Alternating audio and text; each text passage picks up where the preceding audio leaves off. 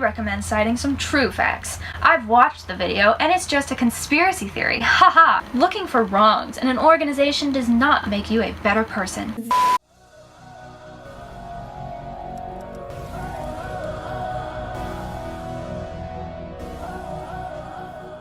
Hey guys, it's me, your favorite Opus Dei conspiracy theorist.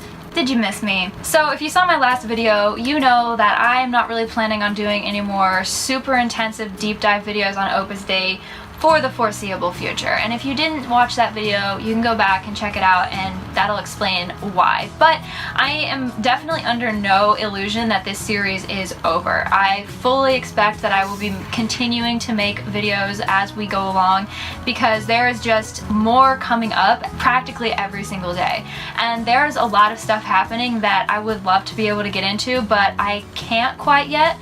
And so I promise whenever I am able to, I definitely will be. And that would be a good reason for you to subscribe if you haven't already, so that you will be here whenever that happens. But I thought for today it might be interesting to kind of go through some of the comments that I have been getting on these videos and respond to them because they do raise some points that I've never explicitly made in any of my videos, and I thought it would be a good opportunity to kind of bring everybody back to square one, hopefully put everybody on the same page, and then we can all proceed together as one happy Opus Dei conspiracy theory family. And by the way, I'm going to be trying to keep this video on the shorter end. I don't think any of us want to sit here for 45 minutes while I go through and read all these comments. But if this video does well and you enjoy it, then give it a thumbs up. That lets me know you liked it, and maybe even leave a comment, and I can do more videos because I have quite a few comments now. For this video, the comments that I am going to be going over are from the first video that I ever posted in this series. And when I posted that video, I had no idea how it was going to perform, if anybody would watch it, if anybody would care. Nobody on YouTube was or still is really talking about this thing, so I had no idea. It was a shot into the void. But since then, it has garnered quite a few views. It is the second most viewed video on my channel now, which is crazy.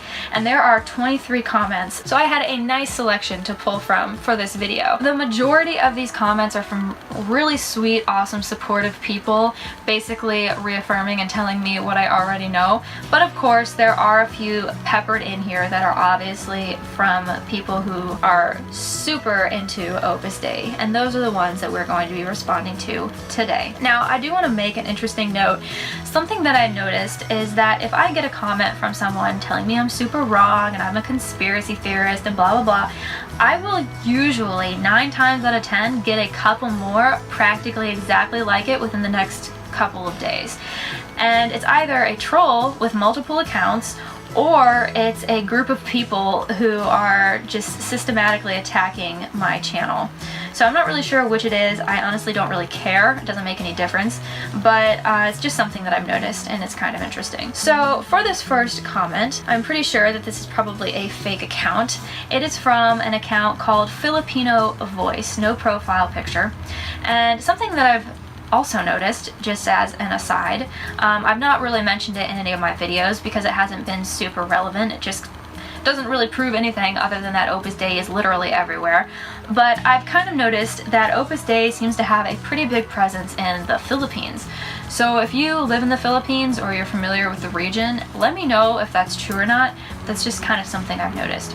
So anyway, Filipino Voice comes in very strong and with caps, no less, which just makes me feel like they are shouting. Opus Dei is faithful to the Catholic faith and morals. Ultra-conservative is an old-fashioned, biased view against those who simply want to be straight and faithful. And I thought this comment made a good enough point, so I responded to it. And I don't respond to every single comment because that'd be a waste of time. But I did to this one, and I said, I take no issue with someone wanting to lead a religious life or follow a certain set of guidelines. And that is true. I think I've made that point at least once or twice, but if not, let me state it here for the record. I don't have a problem with that.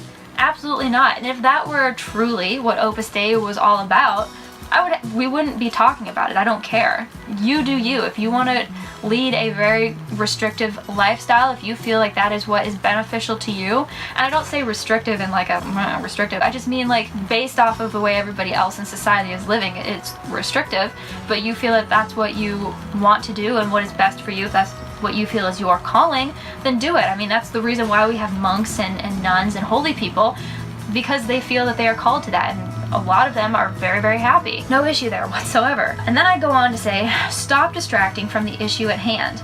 I recommend you do some research and look at a source other than Opus Dei's own website. And that is in reference to a different comment that Filipino Voice left on this video, which was literally just a link to Opus Dei's website, as if I don't know that Opus Dei has a website or I've never been there. And it just seems to me that comments like this are kind of like a red herring. They're trying to create an issue out of a non-issue, which in this case is apparently me saying that being conservative and wanting to lead a certain type of lifestyle is a problem. But it distracts from the issue at hand, and with the only information that you can present to substantiate what you are saying is from the source of the issue, well, it doesn't create a very strong point. And time and time again, people will accuse me of not being factual, even though I list every single source that I use for each video in the description. And I say that in the video. It would take minimal effort for somebody to go and look at that information. These concepts and opinions that I am expressing, because these videos are all, of course, my opinion based off of the things that I've read and the people that I've talked to, they come from somewhere else. It's not just me talking out of my ass and spouting off the top of my head whatever comes into it. They come from a source. So if you're going to take an issue with something that I am saying, maybe address my source as well, because I'm not the only one saying this. I just happen to be, at the moment it seems, the only person who's putting it all into one place so that it's easily accessible and digestible. So anyway, moving on. This next interaction was kind of interesting. It hadn't happened yet, so I wanted to include it.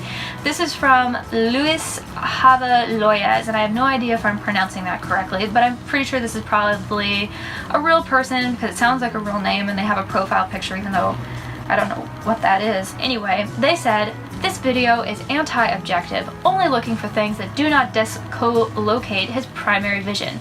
Also to reach more than 23 visits as it has in his normal videos. I don't know what he means by that last bit. But they accused me of being anti-objective and only looking for things that make Opus Dei or Escriva look bad.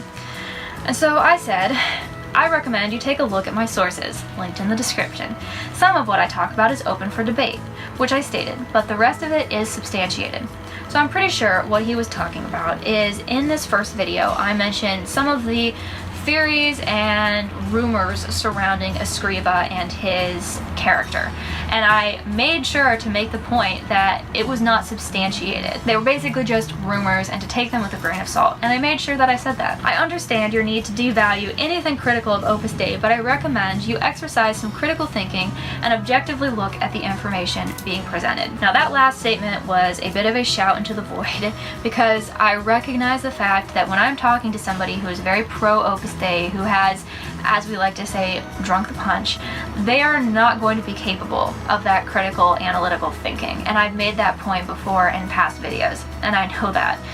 I know that, but I could not help myself. Please, for the love of God, just use your brain. Probably won't happen, but a girl can wish. But then, after I made that comment, he came back and said, sorry, I didn't need to say that. I was having a bad day. Which I appreciate, you know? I really, really do. I thought that was honestly really nice. That doesn't happen a lot on the internet. So thank you, Lewis. You know, there's no reason why we can't have a cool-headed conversation about all of this. You can bring your facts and I can bring my facts and we can meet somewhere in the middle. That doesn't mean that I'm not going to continue to be critical of this issue, but it does mean that, you know, we can at least be human while we're doing it. So I thought that was nice, and it made me smile. This next comment is from someone named Bauer Crank. Maybe there is somebody named Bauer wandering around, but I don't know. That doesn't seem super likely. Also no profile picture, so you know. Anyway, they said, looking for wrongs in an organization does not make you a better person. Yes, they have made saints. There are great people doing good works in the organization. So a couple of things. We'll break this down into two parts. First, when at any point in this entire series have I said that I think that I am a better person than anyone in Opus Dei? When have I ever said that? Do I maybe think highly of myself because I have, at least up to this point, managed not to get sucked into a cult? Yeah, maybe, but I'm not so proud that I can't acknowledge the fact that it happens to all kinds of people and could just as easily happen to me if the circumstances were right. But I've never said that I think I'm better. I have a lot of sympathy and compassion for the people who make up Opus Dei, the ordinary people that are just trying to do the right thing. I would hope that that doesn't seem like it's coming from a place of superiority. That is something that I've always tried to stay away from, but I definitely don't think I'm better than anyone. And then they said, there are great people doing good works in the organization. Yes, I know, and I have said that. I acknowledge the fact that there are good people just trying to do the right thing, who have the best of intentions. My criticism with Opus Dei has never been with those people. That should be obvious. And I feel like it is, but for the record, we'll just go ahead and state it here. My criticism of Opus Dei is with the organization and leadership in the upper echelons. It's not with the ordinary, everyday people who really do believe that they're answering a God-given call. That's never been the case, and I feel like you would know that if you bothered to watch the entire series, but maybe not, so I'll go ahead and say it again. This next comment is from someone whose name I will definitely not be trying to pronounce because it's probably African, if I had to guess, and just beyond me. It's just my neighbor leaving for work. Anyway, they said, I'd recommend citing some true facts. I've watched the video and it's just a conspiracy theory. Haha, happy to discuss with anyone, exclamation point. Here's what Opus Dei is.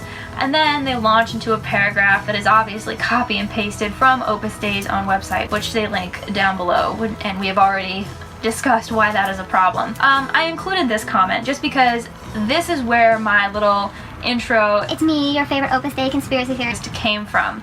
It's funny to me that you can present all of the facts in the world, and for some people it will just never be enough, and you will always be nothing more than a conspiracy theorist. And I think we see that happening within our own society as well, just with politics and social issues and everything in general. But to see it happening with this topic as well is just really, really funny to me. And being called a conspiracy theorist kind of tickled me a little bit. Obviously, they didn't do their due diligence and actually look at the sources that I cited in the description, but that's fine.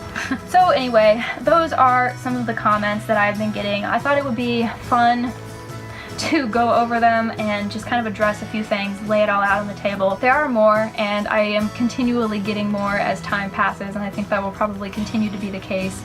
So if you enjoyed this video and you'd like to see more like it, please give it a thumbs up. You can leave a comment down below, whatever works for you. Do subscribe if you haven't already. I'm sure you've noticed by now that this is not the only thing I do on this channel. I kind of like to dabble in a lot of different areas, and I love to vlog and kind of just go wherever the wind takes me. So please subscribe and you'll be around for all of that fun. And I hope you have a great rest of your day or night, depending on where you are, and that I will see you for the next video, whenever and wherever that may be.